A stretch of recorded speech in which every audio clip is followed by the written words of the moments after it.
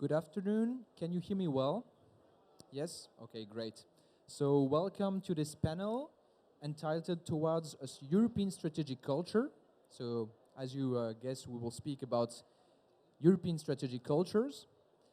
So my name is Gaspard Schnitzler. I'm a senior research fellow at the French Institute for International Strategic Affairs, IRIS, and we have the pleasure to organize this panel session today. So welcome to all of you and thank you for being here. Before introducing the panelists of today, I would quickly introduce the topic. So while the development of a European defense, of course, involves industrial and operational cooperation, it also implies rapprochement of member states' strategic cultures, whose threat perception, strategic interest, and decision-making process and preferences towards the use of force vary from one country to another. 2 years after the adoption of the strategic compass, which for the first time saw member states conduct a joint threat assessment and which mentions the building of a common strategic culture as one of the main goals to achieve for the next years, where do things stand? Has a European strategic culture emerged? What are the main obstacles and levers to the gradual convergence of national strategic cultures? So we will try to answer all these questions, and to do so we have the pleasure to welcome three great panelists which are coming from Finland, from Lithuania, and from Germany. So from my left to my right, we have the pleasure to welcome Professor Margarita Seselgieter, who is the director of the Institute of International Relations and Political Science at Vilnius University in Lithuania. Thank you for being here. On my right, we have also the pleasure to welcome Professor Hanna Ojanen, who is research director at the Tampere University in Finland. Thank you also for being here. And last but not least, we have the pleasure to welcome Jakob Ross, who is a research fellow at the German Council on Foreign Relations, the DGAP. So we will have two sessions, so two 15-minute sessions, so that we will keep at least 20 minutes for a Q&A session with the audience. So feel free to prepare some questions, and we will keep some time to discuss it with you. Very briefly, before giving you the floor, a few inputs from my side to kick off the discussion. So while strategic cultures are changing very slowly because they are the product of deep-rooted beliefs and attitudes, external shocks, such as a war, for example, can lead to a quick and abrupt change in strategic culture. And this is somehow what happened with the Russian full-scale invasion of Ukraine. And indeed, we can see that major changes occurred since February 2022. And just to give a few examples of changes that occur, we could quote, for example, the end of the Danish CSDP opt-out, the fact that Sweden and Finland joined NATO, putting an end to decades of neutrality policy. But we could also quote, and I think Jakob will come back to it, the German Zeitenwende, a huge change for German defense policy. And last but not least, we could also quote the fact that for the first time in 2023, the EU has conducted its first live military exercise called MELEX. So I will stop here, and now I will turn to the panelists and to Professor Margarita Seselgieter first to give us her view on the specificities of your country's national strategic culture as a northeastern European country and their evolution since February 2022. Thank you. Thank you, Gaspard, for your kind introduction, and it's a great pleasure and honor to be here and speak for such an esteemed audience. Probably I'll start about this strategic culture. Once wrote my PhD about the European Union strategic culture and common strategic culture. Is it possible? And whereas at that time I was not so sure, now I have a greater degree of optimism that might be some changes that will force us to think and will force us to act together in the same way. As Gaspard already mentioned, strategic culture is about the norms, symbols, ideas, beliefs related to how we see the world, how we perceive the world, how we perceive the threats. and what attitudes do we have for the use of the military instrument and how we ensure our security. And the problem with the European Union was for a long time that we didn't have a shared vision of what is the security, what represents a threat for us, and how we tackle this threat.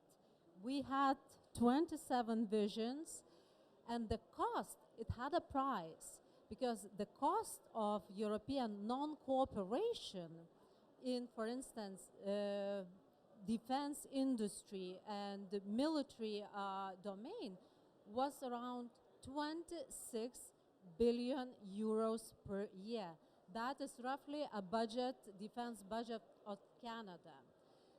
We were creating 17 different systems of tanks. We were having entirely different guns that wouldn't talk to each other. So that is a huge cost for the Europe. Why we were so different? There were several things that we viewed in a different way. First of all, it was about the threat perceptions. Those closer to Russia, for us, it was always Russia. We used to be called the one-issue state. Russia, Russia, and then again Russia. The further away you go from the Russian border, the more open you are for the other threats like migration, like climate change. Because for us, Russian threat has always been imminent and existential. Ever since we have regained our independence, Russia was harassing us using all sorts of hybrid means, trying to weaponize all the vulnerabilities and all the interdependencies that we had with Russia, be it energy security, be it cyber security, be it information security. It tried to penetrate the minds and hearts of our society to change their attitude towards the independent state of Lithuania. When we became members of NATO and the European Union, in fact, nothing has changed. They were still harassing us and using all sorts of tools and weapons in their arsenal, try to invoke damage on the Baltic countries. So it's not surprising that we didn't have trust for Russia, and we were preparing for these sorts of attacks from Russia by trying to reduce the vulnerabilities, by trying to cut the interdependencies we had for Russia. But what we faced in 2008, I would say, we faced Lithuanian sight and vendor in terms of that we started to see Russia as a potential military threat as well, because it didn't shy to attack, first of all, with cybersecurity means our neighbor Estonia, but also it didn't shy to attack with military means Georgia. And for us it was clear that the aggressiveness of Russia is increasing, and more economically well-off Russia is, the more potentially dangerous it is.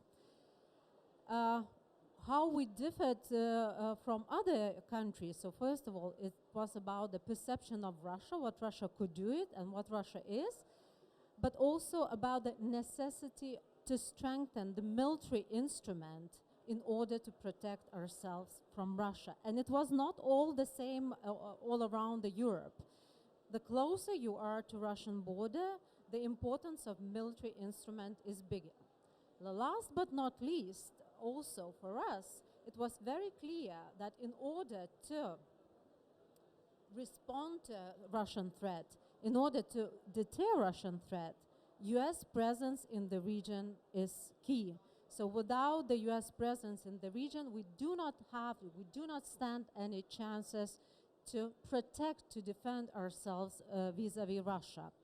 And this was also a particularity of our strategic culture, which differed us from other countries, for instance, France or other southern European countries for whom the US presence was not so essential.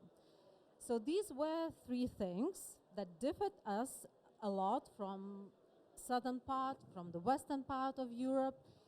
And with the war in Ukraine, we could see a certain sight and vendor moment not only for us, but also all over the Europe. As Gaspard already mentioned, strategic culture changes either gradually, step by step, for a very long time, or as a result of a very strong shock. So my question is Zeitenwende related to the war in Ukraine? Is enough shock to change the European strategic cultures, to make it more unified, and to make it more fit for geopolitical European Union, for the European Union who could defend itself against the wars and conflicts around, all around Europe? And I would, I still have some time, so I will argue that there are positive changes, one thing, in the perception of the importance of a military instrument. Just very recently, NATO Secretary General has released a report about the defense expenditures in the NATO countries.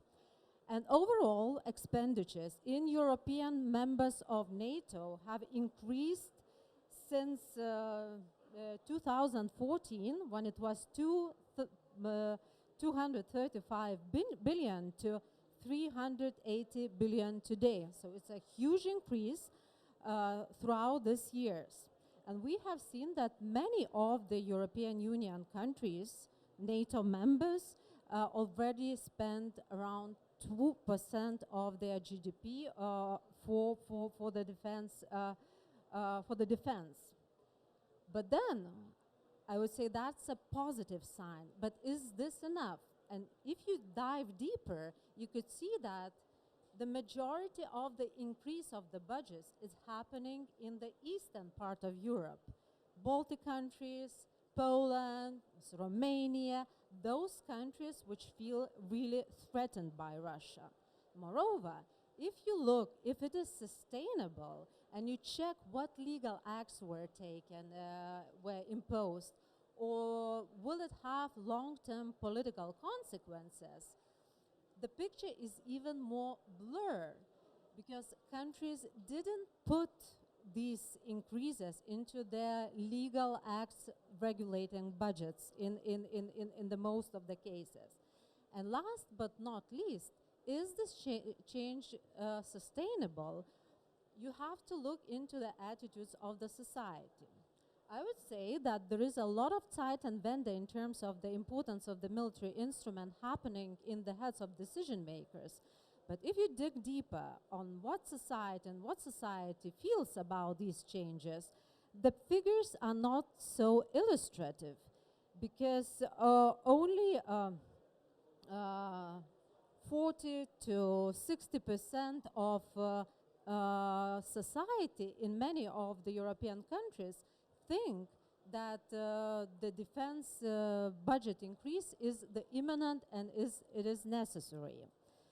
So that is not probably that sustainable. It's a matter of this moment, and it might be challenged by the right-wing parties coming to the power in many European countries, which might have different attitude towards the defense spending.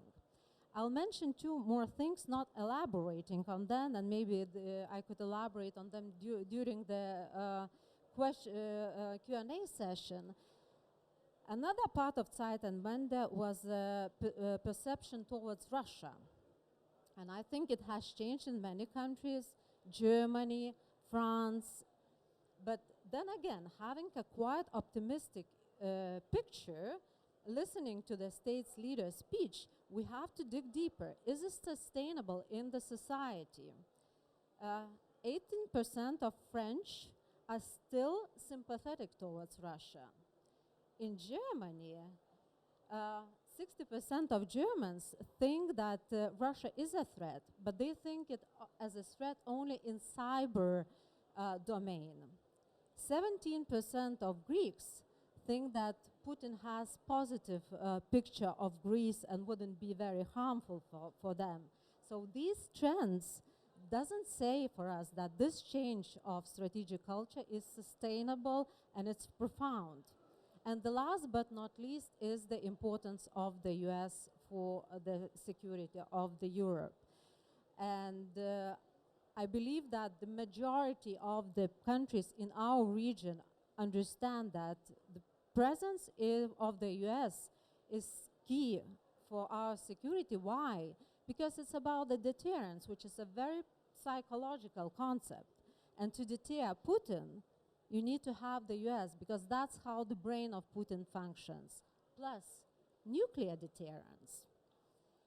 And potential election of Trump in the US and potential threat of US withdrawing from NATO, I argue, could be another sight and vendor moment for the European Union to strengthen our joint security culture. Thank you. Thank you very much, Margarita. I think you raised a key issue, the question of the sustainability of these changes. We could argue also that are, for example, the increases in defense spending sustainable? We can sometimes start hearing about war fatigue. We're also facing economical crisis in Europe. Will the population continue to accept such high spending in defense? And also, are the changes we are facing now only conjunctural, linked to the war in Ukraine, and everything will come back to basics when the war will be over, or are these more in deep long-term changes? And I think this is one of the major questions. And now I will turn to Hanna Ojanen to give us her perception from a northern country and from a very new NATO member. Thank you.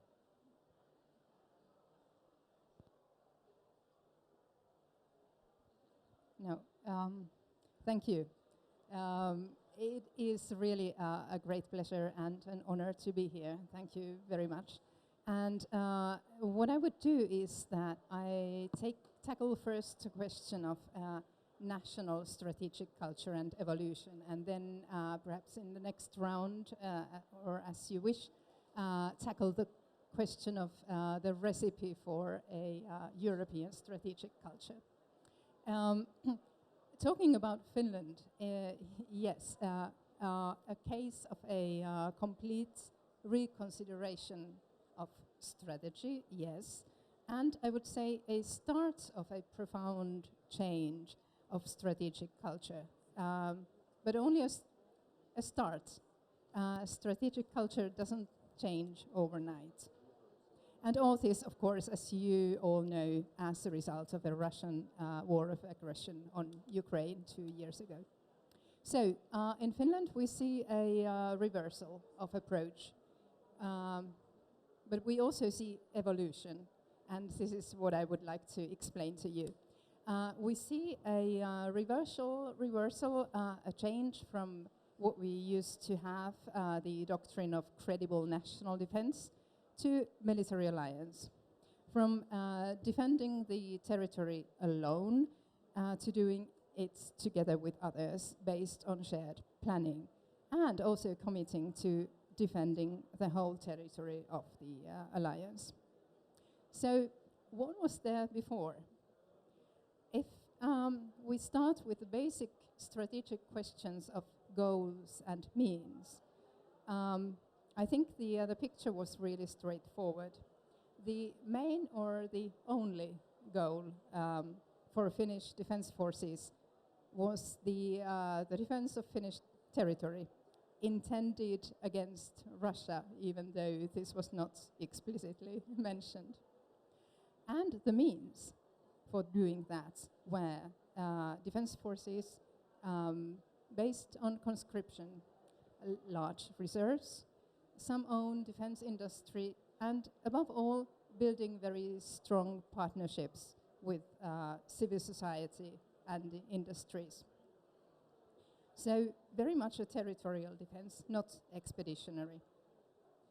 Now, not only is Finland a member of NATO, but the discussion is also proceeding towards discussing the importance of nuclear deterrence, completely new, and also even stronger bilateral ties with the United States, which is a change if you think about the very multilateral profile of Finland in the past decades. So, is this a jump or is this evolution? Not everything has changed. There has been evolution already before. There was a gradual shift towards a defense that is more and more based on cooperation. First with the Nordic countries since 2009 in different formats, particularly with Sweden. Then in formations like the CHEF and bilaterally. Also the legislation on the tasks of the defense forces has been changing throughout the years, coming to encompass also the tasks of giving and receiving military aid.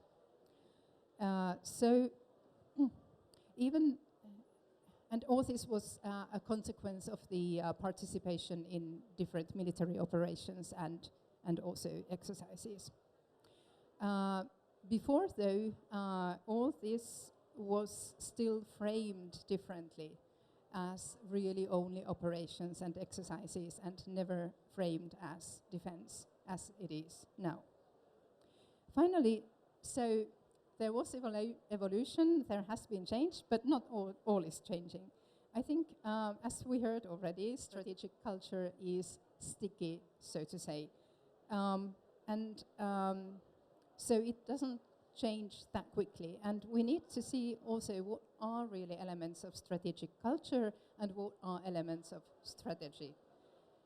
For instance, I wouldn't say that neutrality was a part of the Finnish strategic culture. It may sound strange, but I see it more as an instrument that was changed into another instrument. What is part of Finnish strategic culture is the reliance on the civil society, the involvement of all parts of the society, contracts with industry, the very positive overall view on defense that people have, including positive view on defense spending, and the high personal willingness of people to defend their country. So these are the real elements of strategic culture, and these are much more slowly changing. I think they just find now a new place in the new setting. Thank you. Thank you very much, Hannah. And now, last but not least, I will turn to Jakob. You come from a country that has probably faced the biggest changes, at least in perception, from other EU member states when it comes to its relation towards defense policy. Just to give an example, Germany has accepted to deliver weapons to a country at war. We remember the first decisions to deliver helmet, and at the end Germany delivered main battle tanks. So this is a huge change in German defense policy. So could you tell us a little bit more about what changed since February 2022? Avec plaisir, et je vais continuer en français pour honorer les lieux, si vous êtes d'accord. Merci Gaspard pour l'invitation à prendre la parole ici à ce forum. At least in perception, c'est probablement le bon début pour parler de la Zeitenwende 2 ans après. Je pense qu'évidemment, les questions de culture stratégique sont au cœur des discussions allemandes depuis ce discours du chancelier sur le changement d'époque, la Zeitenwende le 27 février 2022. Changer la culture stratégique allemande paraît un des points clés pour réussir la Zeitenwende aujourd'hui, et d'autant plus avec les difficultés qu'on voit aujourd'hui, 2 ans dans le processus. Mais la grandeur des changements nécessaires est apparue très claire dès le début de l'invasion russe en Ukraine. Le 24 février même, la ministre des Affaires étrangères, Annalena Baerbock, sortait d'une réunion de crise et elle disait, elle s'adressait au public allemand, à ses concitoyens, elle disait aujourd'hui nous sommes réveillés dans un autre monde. Et je pense que pour moi c'était vraiment l'essence même de ce problème-là en Allemagne. L'Allemagne ne vivait pas dans le même monde que la France, la Grande-Bretagne, que beaucoup de pays partenaires.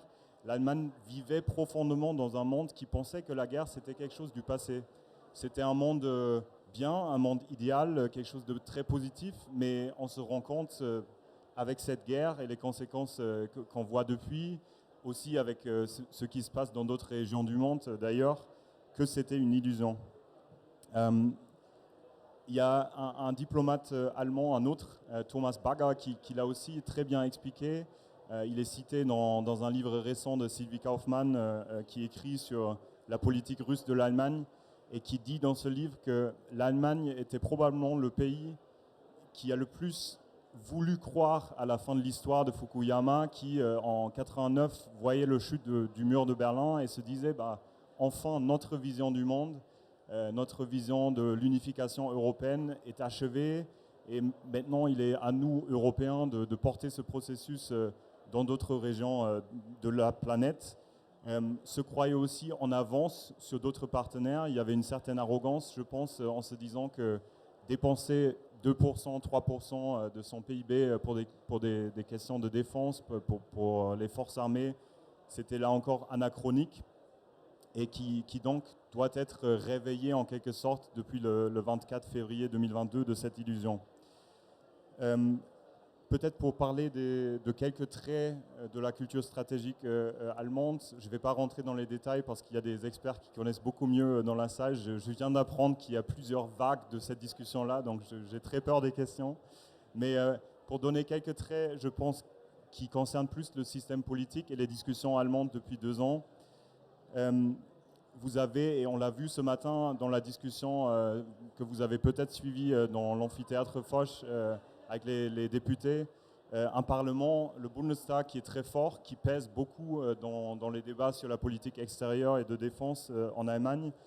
Un Bundestag et un parlement qui critique le chancelier ouvertement, quelque chose qui n'est pas très habituel ici à Paris. Imaginez qu'une présidente de commission écrit une tribune qui critique le président alors qu'elle fasse partie de sa coalition, comme l'ont fait Toni Hofreiter et un politique de l'opposition récemment en critiquant le chancelier sur les questions de Taurus. C'est hors de question en France, mais c'est une réalité en Allemagne. Il y a aussi, quand on parle de la Russie, je pense, un sens de culpabilité qui est très lié à l'histoire, un sens de culpabilité historique, un certain lien fort à la Russie. C'est très bien décrit dans le livre de Sylvie Kaufmann et dans bien d'autres livres qui ont apparu en Allemagne. Les liens de certaines élites politiques et économiques allemandes avec la Russie restent très forts. D'ailleurs, les mêmes qui ont conçu les politiques de ces dernières années sont aujourd'hui impliqués dans les processus de Zeitenwende. Donc on peut se poser des questions là-dessus aussi. Il y a aussi, bien sûr, une culture de réticence vis-à-vis de la chose militaire, de la violence militaire.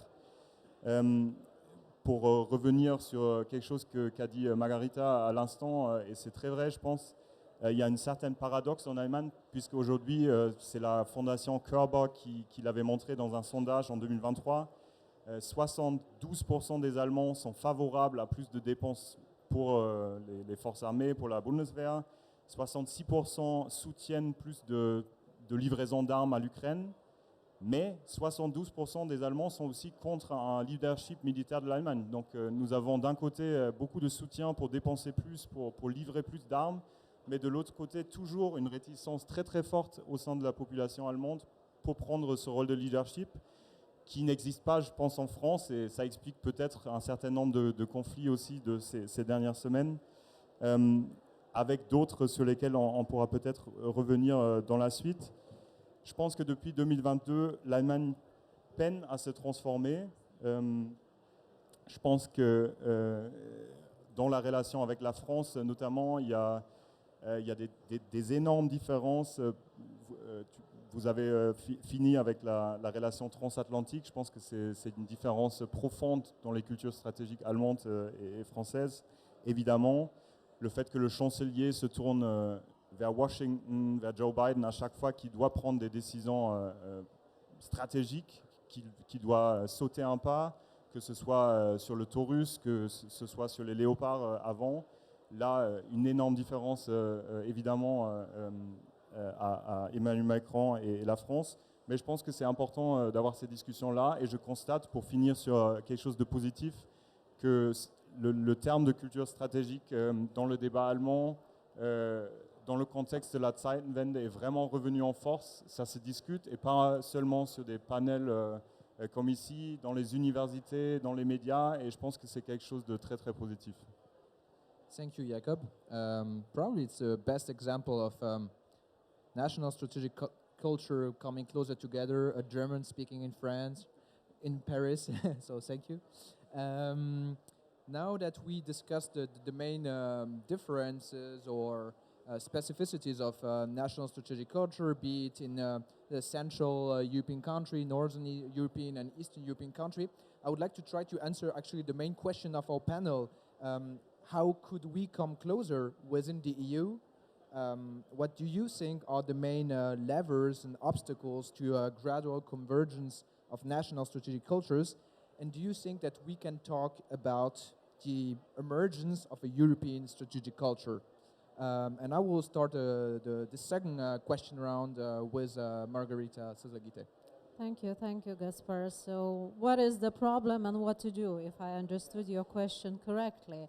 So there are a number of problems, and now I'm talking as a scientist who was researching strategic culture. Usually it's different historical experiences, different geography, different size, different culture. That matters, and although we Europeans sometimes realize that we are so similar when we go abroad, when we go to Asia, when we go to Latin America, when we are in Europe, we recognize that we are very different. And I think that these differences matter, they still matter, and it is very important that Zeitenwende momentums would be sustainable. And as I talked previously, I'm not so sure that we are going towards that direction. Because although there are a lot of discussions in Germany, and I very much respect their change in terms of decisions that decision makers are taking, about the discussions in the society, about the military instrument, because for Germany, it's in particular difficult, having in mind their historical past and having in mind their very, very pacifist strategic culture throughout the Cold War and after the Cold War. So this is a good step. But let's see what's going to happen 3 years, 4 years after the war in Ukraine. And I'm not so sure that we will be facing the same discussions in all the countries that we're facing now. Maybe in Germany, yes, but not all over. Why? We can trace this by the support to the aid to Ukraine. At the beginning, there was a very big appetite for the support for the war in Ukraine. And for instance, in France, 80% of the society were for the aid for Ukraine. This year, the numbers are different. We're talking about 54% of French that believe that France has to continue to support of Ukraine. So it's not profound. Why it's happening? Well, because first of all, expectations on the for the successes in the battlefield were bigger. There are still some misunderstanding how we should perceive Russia, and also people think about what's on their table. So there are economical issues, there are issues related to the internal government of the country, which usually comes first, and then we think about the others. The problem that at the moment we have a lot of elections all over the world. And when there are elections, there are a lot of chances for populist declarations and sacrificing of very important causes, very important debates for the short-term political gains. And I already see this, first of all, in the United States, but not only. That our cause to defend Europe by defending Ukraine is being sacrificed for political gains.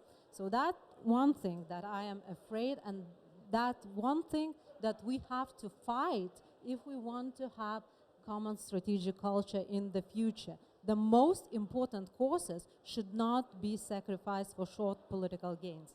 Another important thing is Russia. And you can have a lot of questions for me afterwards, because what I'm going to say is going to be a bit provoking. But it angers me many times when I travel around and I speak for the European, but not only European audiences, about what happened in this war. And there is still a lot of sympathy to the Russian society, a lot of sympathy of Russia without Putin, that maybe if Putin is gone, we could have negotiations and we can resume our cooperation. I would tell you, it's not gonna happen. It's not gonna work, because it's not about the war of Putin. It's a war of Russians. And until you heal their brains, which were brainwashed for so many years, there will not be Russia that you could be cooperate with. And it is very important to understand for all Europeans to have common strategic culture. Even without Putin, Russia is not the country that you cooperate, unless you are on the same level of the military preparedness and you are capable of defending yourself against Russia without the external help like the United States. Then you could talk to Russia on an equal level. Yeah, just a quick follow-up question. If I follow you, then you can imagine, of course, that the government could change in Russia, but the country will not change. It will always exist as a country, and the population will not change. So, how could we do with Russia if you think that Russia as itself and its population is not compatible with European interests, if I get it right? Well, first of all, you have to think how to defend against Russia. Because if you in a weaker position, if you don't have enough conventional or nuclear capabilities to talk with Russia, you would never talk on the equal position.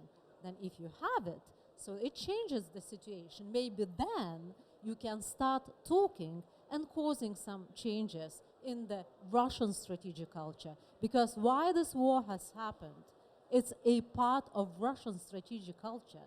Russian strategic culture explains every detail of this war.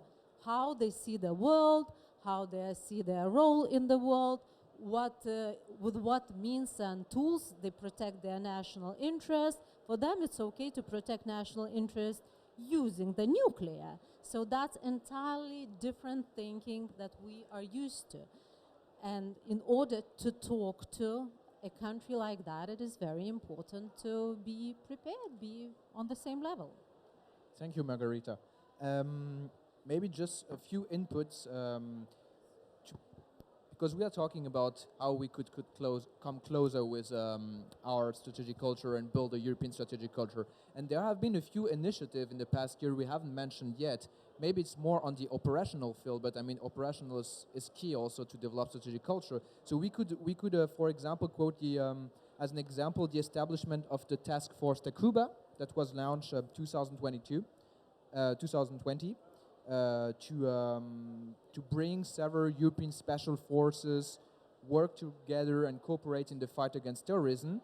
And we could also quote, it's not a European initiative, but still the European Intervention Initiative that was launched in 2017 with the aim of enhancing the interaction in the field of strategic foresight, planning, support to operation and doctrine. So maybe this could be some solutions. I don't know what's your views on these tools. So now I'm turning to Hanna, if you would like to give us your perception of how we could bring strategic cultures closer together. Thank you, and thank you for mentioning these very important building blocks towards a strategy, the initiatives and actually working together. But I'll get to that. But what I really want to present to you is a quick recipe in 5 minutes how to establish a European strategic culture. Of course, this is a serious issue, but I'd like to argue that often we start too ambitious. We somehow think that we need a common strategic culture now, and that is a matter of decision, that you can decide to establish a common strategic culture. I don't think that is how it works. Also, we often start with what is most difficult. We start with the shared threat perception or the unified ideas on use of force. This is difficult. We could start with easier questions first. So I think it is important to discern what you really need to have in common and where you can have differences. And above all, I think, and this is really very basic, but we are still there, we need to have more understanding of each other's thinking. Just a quick example from the past. If you remember the very first strategic document of the EU, the European Security Strategy of 2003, it's put forward 5 threats, and the first of them was terrorism. For many in Finland, this was really not a good idea.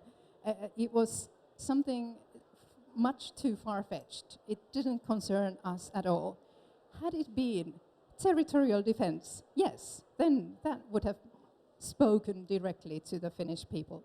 But a common strategy with the main threat of terrorism, it didn't seem to concern us that much. That's an example. You can think of many more. So now some elements for this quick recipe. First, I think we might look at overlap. What is already overlapping in the strategic cultures? Because there is a lot. We should also note how much our thinking is already changing. Our thinking about Europe in particular. So the development is ongoing already. For instance, we are thinking differently about defense in the context of the EU, no longer seeing it as a core matter of state sovereignty, but as a matter where cooperation is needed and where we might even have supranational elements, a role played by the Commission, for instance. So this is a huge change in thinking. We might also start to rethink the use of European forces, be it the old battle groups or the new rapid deployment capacity inside of Europe. Why only outside of Europe? I think these kinds of steps will come and bring the thinking forward.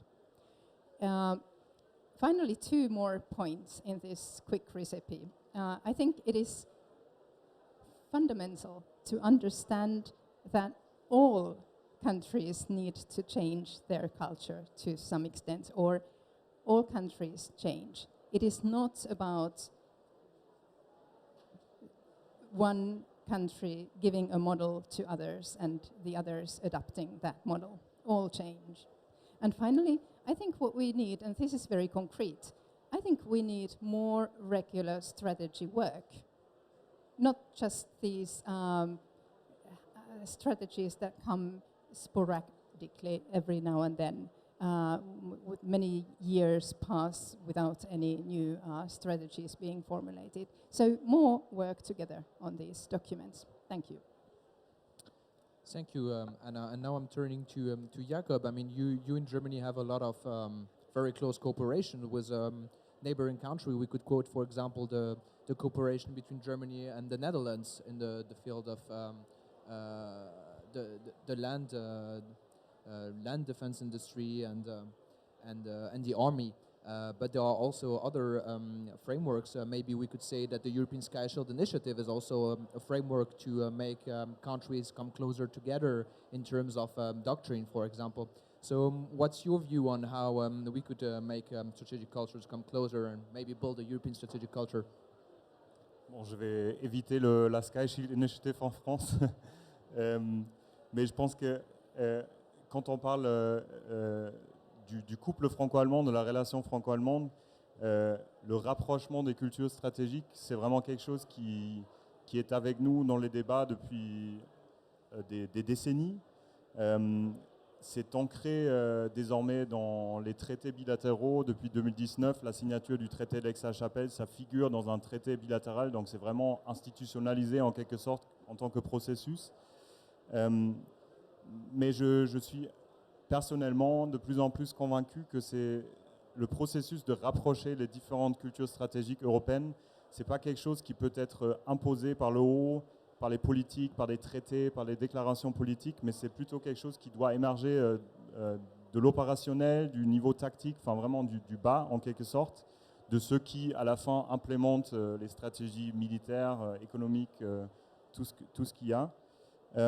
Ça doit être bottom-up, je pense, et c'est ce qu'a l'OTAN pour l'instant, et c'est ce qui manque à l'Union européenne. Et tu as raison, Gaspard, de mentionner Takuba, parce que je pense que c'était effectivement un des exemples où concrètement, sous initiative française, on avait commencé à penser un peu à quelque chose de très très concret, petit, mais qui aurait pu être l'embryon de quelque chose de plus grand, de plus européen. J'aimerais bien vous parler d'un exemple concret dans le franco-allemand, la brigade franco-allemande qui existe depuis 30 ans plus même. Une unité, une brigade qui a été créée en 89, à la fin de la guerre froide encore, sous impulsion de Helmut Kohl et François Mitterrand à l'époque, et qui cherchait déjà, il y a plus que 30 ans, ce rapprochement de la culture stratégique. À l'époque, c'était vis-à-vis de la fin d'une ère, en quelque sorte, la guerre froide, du désengagement potentiel des États-Unis du théâtre européen. Et je pense qu'il est très intéressant de revenir sur ce genre d'expérimentation, parce qu'aujourd'hui, on revient très fortement sur les mêmes discussions, en quelque sorte, vis-à-vis les prises de parole de Trump, par exemple, la peur d'un retour de Trump, d'un nouveau désengagement américain. On a mené, il y a 1 an et demi, une série d'interviews, d'entretiens avec des officiers et aussi des soldats du rang au sein de la brigade. Et ce qui sort structurellement que, oui, les officiers aiment beaucoup travailler ensemble dans un environnement international, dans les états-majors, en parlant en anglais, en allemand, en français, en différentes langues. Mais les différences des deux cultures stratégiques, qui pour le coup sont très très marquées entre la France et l'Allemagne, se discutent, mais ne se rapprochent pas vraiment. Au contraire, j'ai l'impression, enfin, on a eu l'impression dans les entretiens que ça renforce parfois un peu sa propre culture vis-à-vis à une autre culture qui peut être très dominante, très forte du côté français, parfois un peu plus sur le défensif du côté allemand au sein de la Bundeswehr. C'est quelque chose qui s'observe également dans les programmes d'échange qui existent entre la France et l'Allemagne, là encore pendant des décennies. On a beaucoup parlé avec des jeunes officiers allemands qui participent à la formation de l'armée de terre à Saint-Cyr. Il y a 4 ou 5 officiers allemands chaque année qui commencent cette formation-là. Et c'est des jeunes soldats, des jeunes officiers qui ne sont pas encore complètement formatés dans leur propre culture des forces armées. Et c'est frappant de voir que ces jeunes officiers, ils sont toujours jeunes quand ils reviennent de Saint-Cyr, doivent être resocialisés en quelque sorte en Allemagne parce qu'ils se sont développés tellement de manière différente qu'on a du mal à les réintégrer dans les structures de la Bundeswehr, ce qui prouve le succès de ces programmes-là, mais qui pose aussi un nombre de questions sur lesquelles il faudra revenir si on veut parler de quelque chose d'européen. Donc, pour finir, je pense que pour le futur, il faudra vraiment partir de ces exemples concrets, de missions en commun aussi, avec des objectifs communs, des règles communes, c'est plus compliqué déjà. Et que ce soit sur le flanc d'Est de l'OTAN, aujourd'hui il y a des discussions sur cette brigade franco-allemande, si on ne veut pas l'utiliser plus pour la dissuasion dans le cadre de l'OTAN, ou bien sur des théâtres un peu plus Takuba, par exemple le Sahel, face à un retrait français dans quelques pays, de faire quelque chose de plus européen. Mais je pense que c'est la seule manière, à mon sens en tout cas aujourd'hui, d'arriver à quelque chose de commun, au lieu de noter dans des traités, dans des déclarations qu'on veut dans le futur arriver à une culture stratégique commune. Donc je suis très d'accord avec vous, parfois on veut trop et du coup on se perd dans les objectifs un peu trop ambitieux. Thank you, Jakob, for this very concrete example. Thank you to our three panelists.